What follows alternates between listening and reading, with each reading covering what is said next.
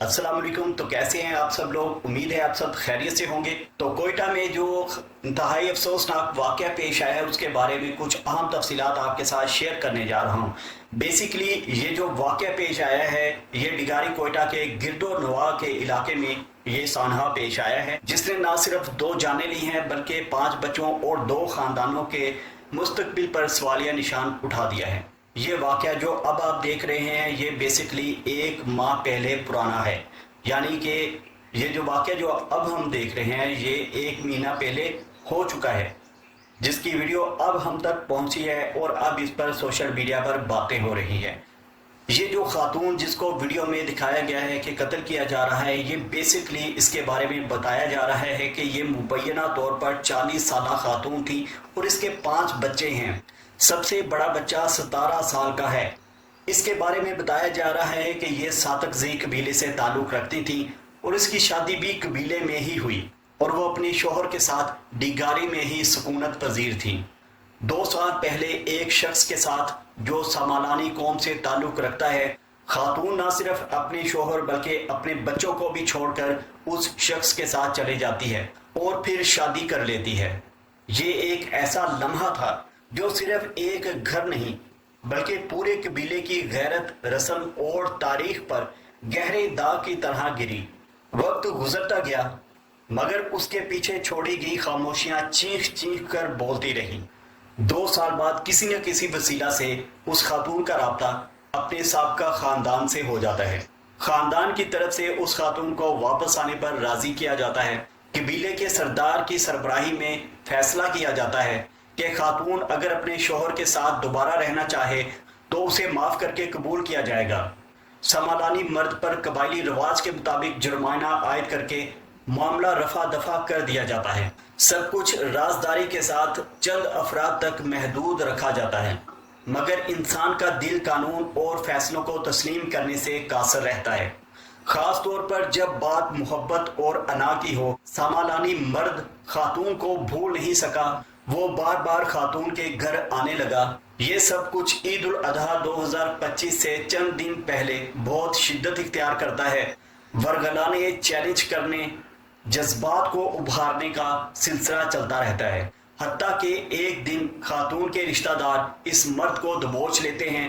खातून जो उन दिनों कोयटा में थी उसे भी वापस बुला लिया जाता है, फिर दोनों को गोलियों से भून दिया जाता है।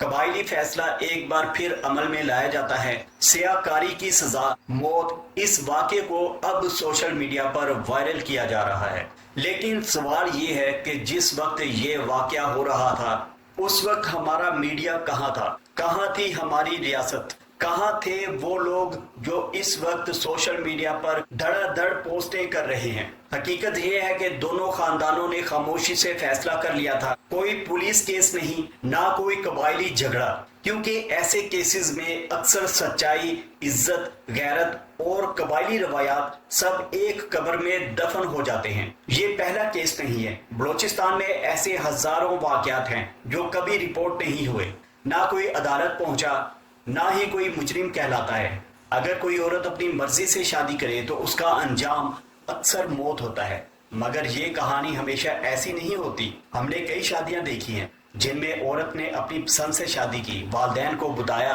बातचीत हुई और बगैर किसी खूनी अंजाम के जिंदगी आगे बढ़ी। मसला वहां पैदा होता है जहां अना, ताकत, गैरत और बेकाबू जज्बात कानून और इंसानियत से आगे निकल जाते हैं। हर बलोच को एक ही नजर से देखना नाइंसाफी है।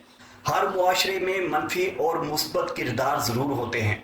अगर किसी जगह जुल्म होता है तो वो सब पर लागू होता है। सच ये है कि ये वाकया एक मर्द और औरत का नहीं है बल्कि 2 कबीलों, 5 बच्चों और उनकी आने वाली नस्लों के मुस्तकबिल का है। ये वो लम्हा है जहां हमें सहाफी बनने की नहीं, इंसान बनने की जरूरत है। मगर अफसोस हमने सोशल मीडिया को इतना मुकद्दस समझ लिया है कि किसी की लाश के साथ अपनी पोस्ट को जीनत बनाना बाइसे फख्र समझते हैं। बगैर किसी तहकीक के, बगैर तस्दीक के, बगैर सोचे समझे हम तस्वीर शाया कर देते हैं। हम खुद जज बन जाते हैं, खुद ही कातिल और मकतूल के बीच फैसला कर लेते हैं। हमें इस बात का अंदाजा नहीं कि इसके एक क्लिक, एक पोस्ट, ایک شیر سے کسی کا دل، کسی کا خاندان یا نسلیں تباہ ہو سکتی ہیں۔ عدالت صرف اسی مجرم کو سزا دے سکتی ہے جس کے خلاف کوئی مدعی ہو، اور یہاں کوئی مدعی نہیں، نہ کوئی ہوگا۔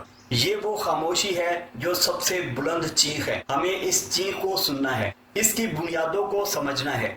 ہمیں قوانین میں تبدیلی کی ضرورت ہے، ان وجوہات کو ختم کرنے کی ضرورت ہے جو ایسے سانحات کو جنم دیتے ہیں۔ یہ وقت ہے احساس کا، اصلاح کا۔ بصورت دیگر ایسی کہانیاں، ایسی خاموش قبریں اور ایسے بے نام قتل تاریخ کا حصہ بنتے رہیں گے۔ مزید ایسی ویڈیوز حاصل کرنے کے لیے ہمارے ٹک ٹاک اکاؤنٹ کو فالو کیجئے، ہمارے یوٹیوب چینل کو سبسکرائب کیجئے، ویڈیو کو شیئر کیجئے۔ شکریہ۔